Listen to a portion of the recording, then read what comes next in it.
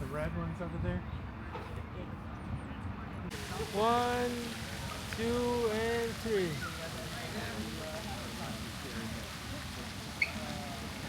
One, two, and 3.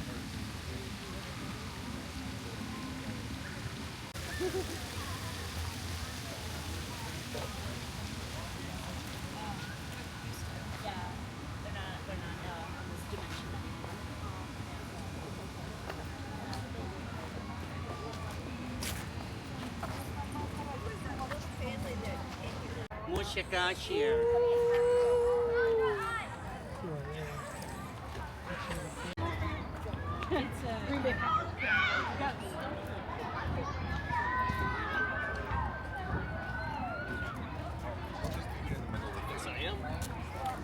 Why wouldn't it? All right.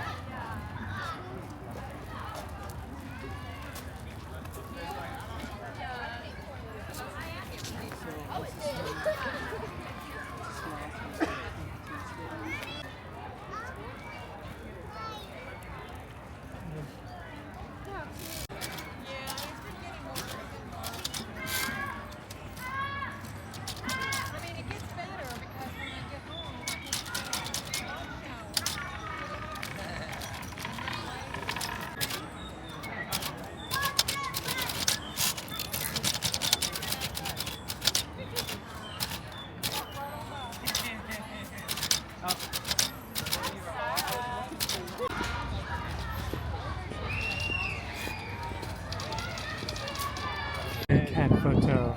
It's only like, it's not even like 4. It's probably 3. นี่นะคะทีมงานคุณภาพ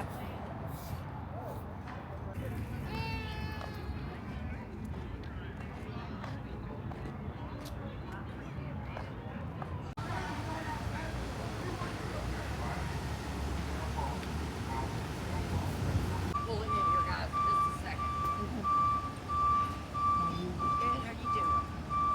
Are y'all just getting started? All right. I live here. Bye, y'all. All right. So you know you don't really have time to hop off. It's 5 o'clock.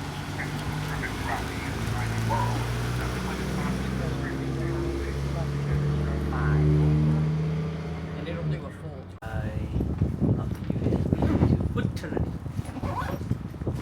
Hi guys. We flew to Pittsburgh. สนุก สนุก ทำแบบบ้าน อุตรุด ๆอุตรดิตถ์ I come from อุตรดิตถ์ Nobody knows that. South Africa? อุตรดิตถ์ They left from a place called Gravesend, a little seaport near London, aboard a tiny wooden sailing ship called the Anne. And they sailed that little cockle shell across the Atlantic Ocean. It took them 3 months. Must have been an interesting journey. The boat was a tiny vessel by today's standards. It was 87 feet long, 26 feet wide, and that little boat were packed 114 people, 10 sheep, 8 hogs, 2 goats, a couple of dozen ducks and geese, and all the equipment for that long journey. The only thing they didn't have on board was a good supply of drinking water. Don't forget what Benjamin Franklin said about beer. He said that beer is proof that God loves us and wants us to be happy. My kind of guy, Ben Franklin.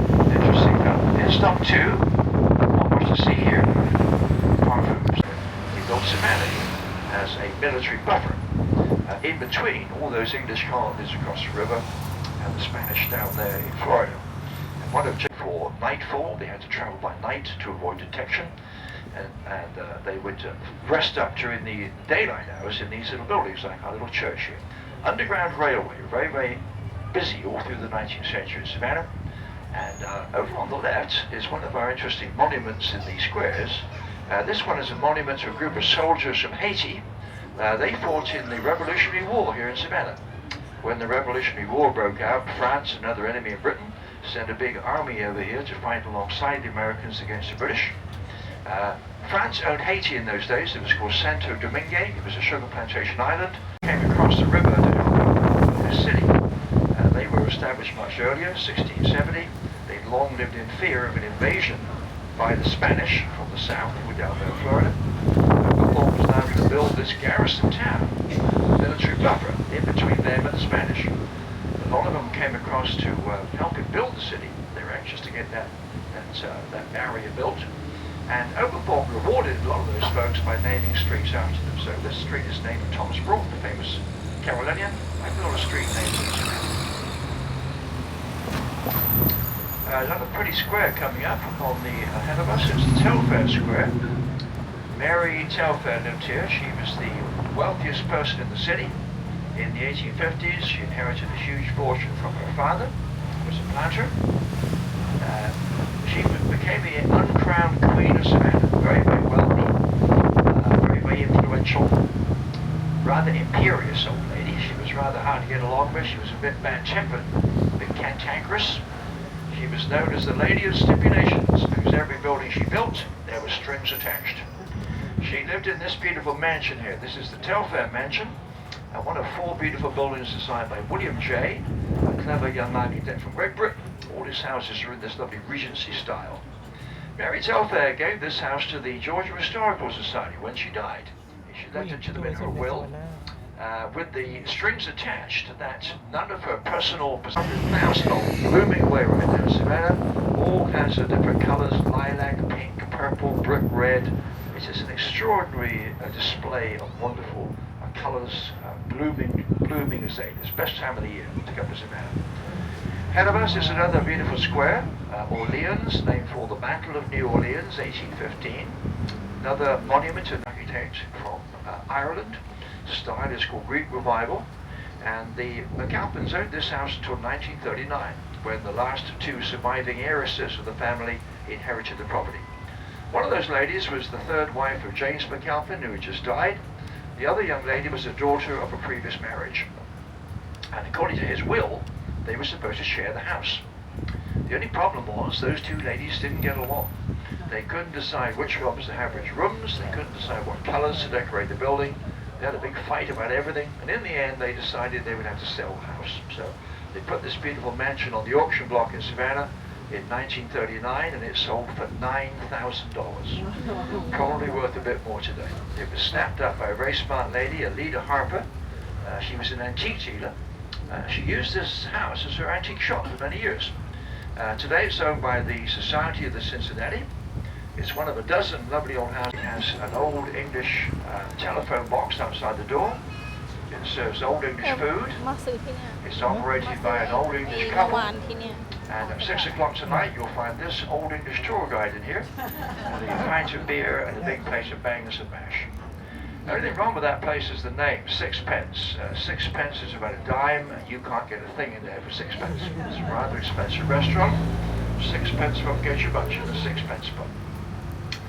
This lovely house on the right corner in 1838. It's a very large house. It's 16,000 square feet.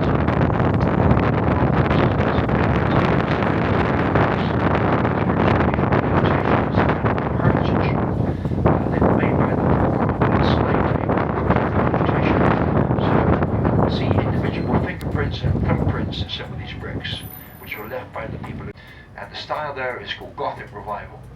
Check out that beautiful garden in the front there. It's called a parterre garden. Parterre in French means on the ground. So these are beautiful low gardens planted with boxwood, liriope, dwarf holly, all arranged in these beautiful geometric patterns. This is another very large house. It's 18,000 square feet, and like a lot of old houses in town, we know how much it cost to build it. The paperwork that exists, $93,000 to build that house in 1853. And if you convert that into modern currency, you're looking at about $3 million. Just to give you an idea of the enormous wealth that was being generated by the cotton trade in the 19th century here in Savannah. As we swing around the corner here, the very impressive looking red brick building on the corner, just like a little castle, is the Savannah Volunteer Guard Armory. It was built to hold weapons. It's an arsenal. You can still see some big guns outside the door there. General Hugh Weedon Mercer. The general never lived in the house though. He started building it in 1860. The Civil War erupted the following year. And by the time the war was over, General Mercer was up in Virginia. He never returned to Savannah. He never lived in the house. No Mercer ever did live in the Mercer house, not even Johnny Mercer. The fellow who did live here was Jim Williams. He was the main character in a famous book called Midnight in the Garden of Good and Evil. And like all the characters in that book, he was a real person. He was an antique dealer. In that lower right-hand room, which was his study, on May the 6th, and then took a second pistol, shot some holes in his own desk and his own chair to suggest the attack he claims hands were made on him, and then placed that second gun in the dead boy's hand. It was a clever idea, but it didn't work. Williams was found guilty of murder. He was sentenced to life in prison. He appealed, and he won his appeal. He went to a second trial, followed by a third trial, followed by a fourth. It took 8 long years. So these old houses were all built in these 3 separate stages for social reasons. And in the 19th century in Savannah, if you were lucky, you lived upstairs. If you were unlucky, you lived downstairs. Best place for breakfast in Savannah, right there, tomorrow morning, Clary's Restaurant. Lovely old-fashioned southern diner, opened in 1942. Still in business, they must be doing something right. They do breakfast and lunch 7 days a week, and the food is extraordinarily good. I've been there a million times, always enjoyed it. She considered the crowning achievement of her life. She said that when she was a little girl, she taught her pet chicken how to walk backwards, and ended up on the TV news. She said the chicken was really the star of the show. She was just there to assist the chicken, but she said it was the highlight of her life, and everything after that was downhill. So, Flannery O'Connor, very unusual lady, rather odd sense of humor, wrote lots of fascinating stories. If you ever read any Flannery O'Connor, try a story called A Good Man is Hard to Find, one of my favorites, full of weird, grotesque characters. It's great for growing rice, because when you grow rice, you have to flood and drain your fields on a regular basis. The colonists utilized that tidal power to drive water up into the fields. The fields were enclosed with an earthen bank, which kept the water in place, and the rice thrived in those local fields.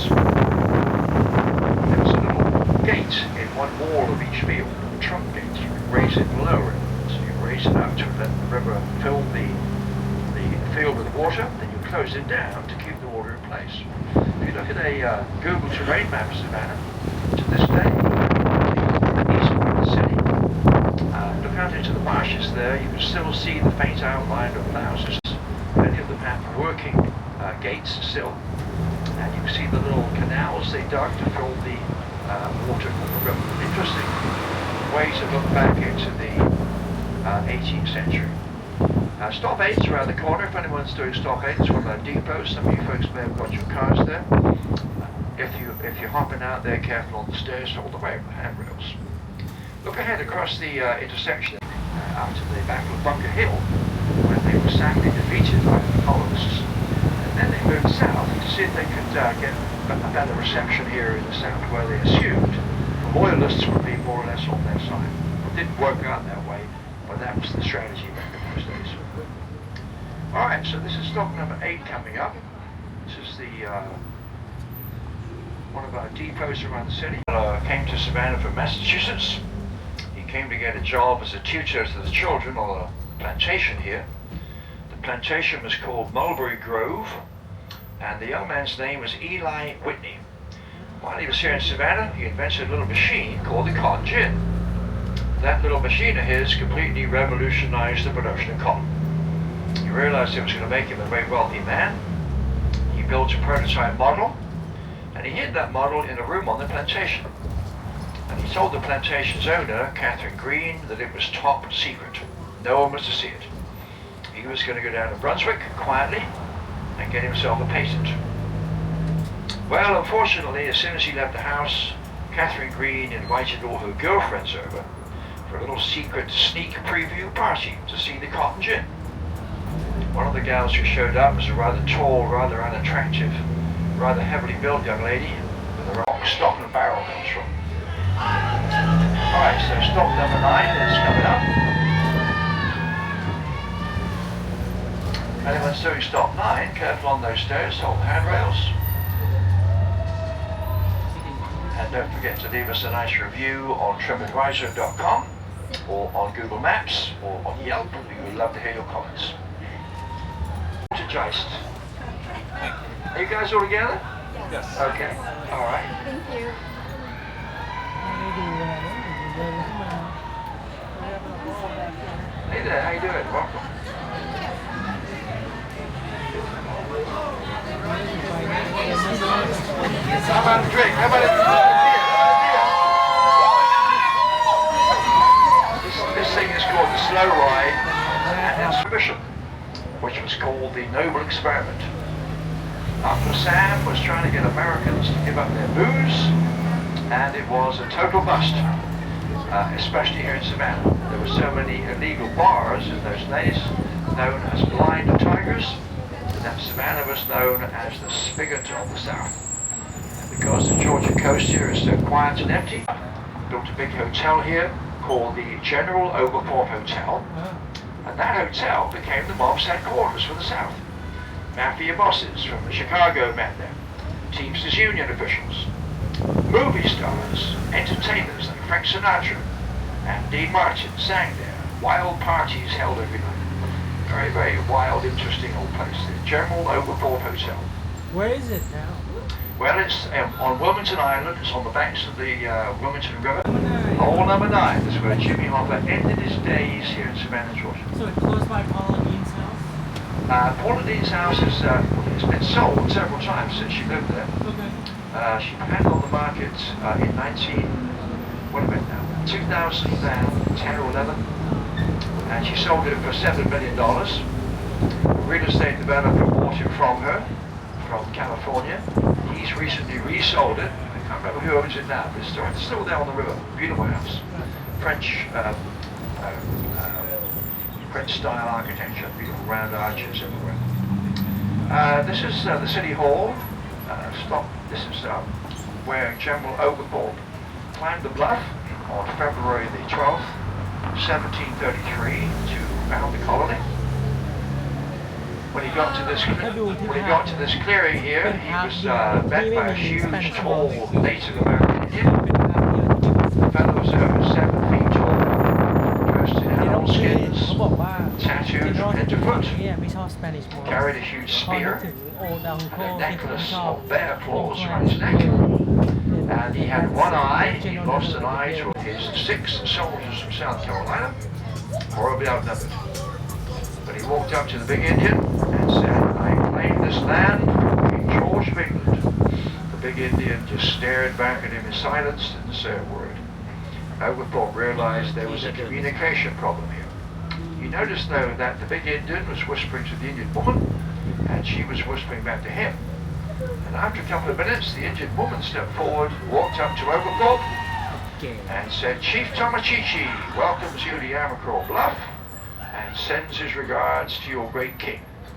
Well, General Oglethorpe could hardly believe his ears. The Indian woman was speaking perfect English. Turned out she'd had an English partner, Edward Griffin, a fur traffic from Charleston. That really big Indian. So this woman's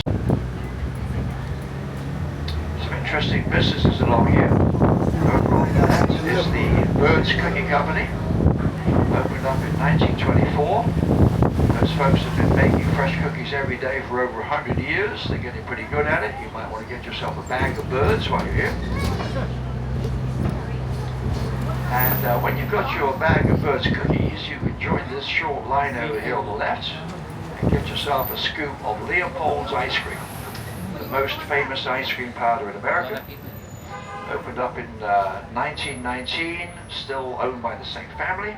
If anyone's hopping out, careful on the stairs, on the handrails. Don't forget to leave us a nice review on TripAdvisor.com or on Google Maps or on Yelp.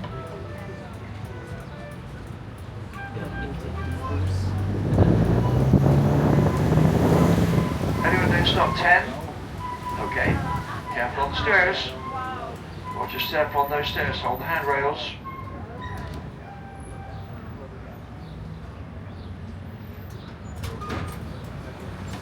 Methodism. And this lovely forest in the square is called a maritime forest. We're close to the ocean here.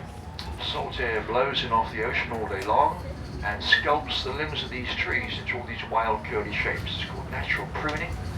And the Georgia coast is famous for these beautiful old maritime forests, especially out on the barrier islands. There are 14 sea islands off the coast here. Very, very beautiful, very empty, wild places. Lots of these beautiful forests.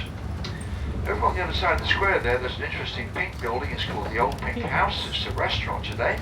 It was built in 1771. It's a home for Robert Havisham Jr., a planter. It's got some of the best food in the city. So if you want to try some haute cuisine food in a lovely old 18th century house, book yourself a table at the Old Pink House in Savannah, Georgia. There's another stop right on the corner here if anyone's interested. It's where the cotton was stored. And these bridges are called the Factors' Walks. The factors would stand on these things every morning so they could watch the wagons of cotton passing underneath. They could evaluate each one for quality and then make a bid in the cotton exchange. This whole area looks just like it did back in the 1850s. Not much has changed. It's a very, very interesting part of Savannah. It's like stepping back in time and traveling around these old cobbled lanes. There's the Savannah River. Over on the left is the Talmadge Bridge, which carries you across the river. Big cargo ships that load and unload. This is stop number 11. Anyone's hopping out here, careful on those stairs, on the handrails. นี่ก็เป็นสนามกอล์ฟที่ตีมา Your boundary between the two states. Look across the river there, you can see some little boats, little green one, little white one. There's one just going across the river. ทักโบ๊ะ Those are the Savannah Bell ใคร ferries. จะมาซื้อเนาะ They this is not a good place to go for a swim. Luxury apartment. It's one of the busiest commercial waterways in the world. Coast Guard helicopter showed up. Chatham County Police launch. They tried to get that boy in the boat. He told him he was having a lovely evening, he was enjoying the swim, and he didn't need any help. He swam right across the river. He climbed out on that floating dock, swimming in prohibited waters. The judge said, "Where is the defendant?" The clerk of the court said, "Ma'am, he's back in Britain. His visitor's visa expired." The grass is Well, greener then, than who's my going to answer window. these charges? This fellow right here, ma'am, is the boy's father. I thought any minute now they're going to throw me in jail. If they do, I'm going to kill that kid when I get out. The judge said, "Is your son Matthew planning to return to Savannah anytime soon?" I said, "I hope not." She said, "If he does, do you promise he will behave himself?" I said, "Yes, ma'am, I promise.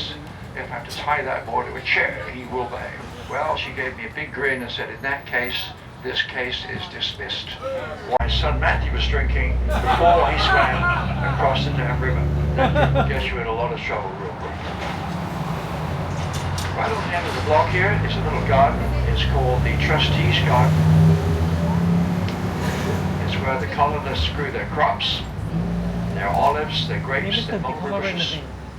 They renovate this old building and And became behind the garden here is in the basement of that building is a wine cellar.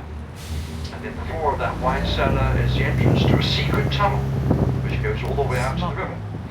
That tunnel was dug by the early colonists to get around one of General Overport's rules, the rule that said there was to be no hard liquor in the colony. Very unpopular rule with those English colonists. English people, as you probably know, very fond of their adult beverages. They missed their rum. They called it Nelson's blood. And to get around that problem, they built that secret tunnel. And on dark nights, many barrels of smuggled rum rolled up that tunnel into that old Inn House Museum in 1960.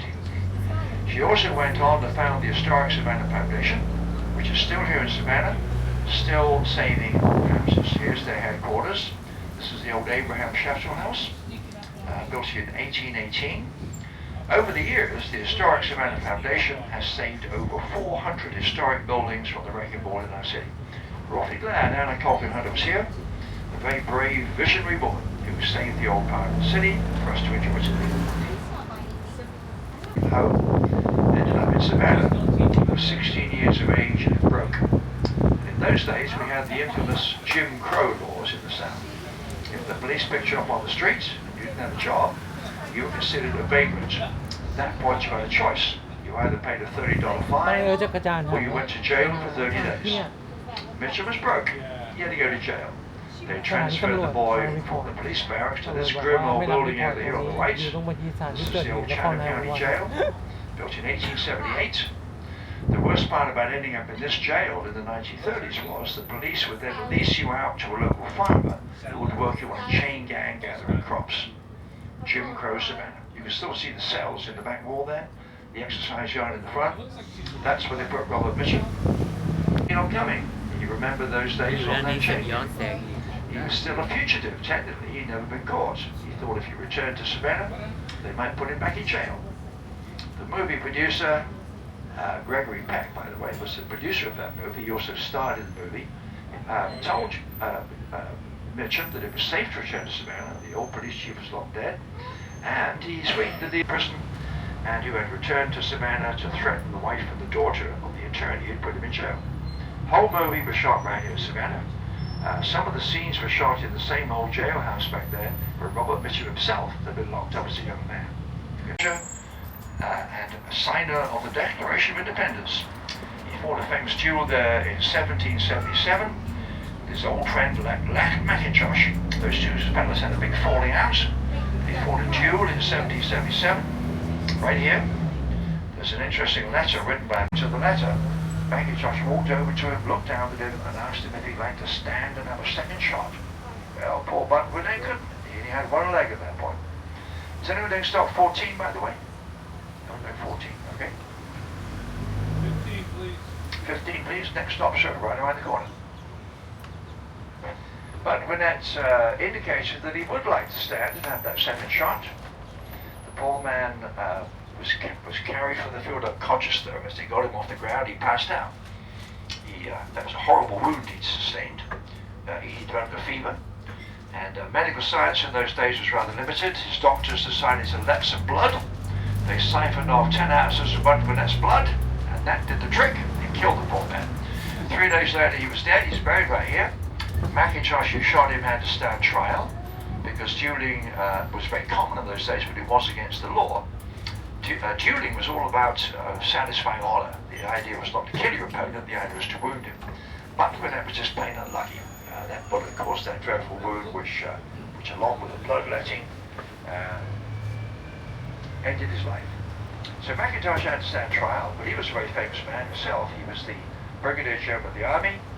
The movie was filmed here 30 years ago in Savannah, Georgia. Tom Hanks sat on that little wooden bench. You can see that bench in the History Museum at stop number 1. The Visitor Center, there's a History Museum in there, and you can see that bench. Right, it's on the west part of the city now. The street ahead of us is called Martin Luther King Jr. Boulevard. Temporary wooden structure. They covered that bridge with straw to deaden the sound of horses' hooves and the wagon wheels. And on the dark night of the 20th of December, 1864, the entire Confederate Army slipped across that bridge into the safety of Carolina. They got there, they set that wooden bridge on fire, set it alight, cutting the drift your family from, and here in Savannah we ask, what would you like to drink? We are the hostess city of the South. Alright, careful on those stairs, on the handrails.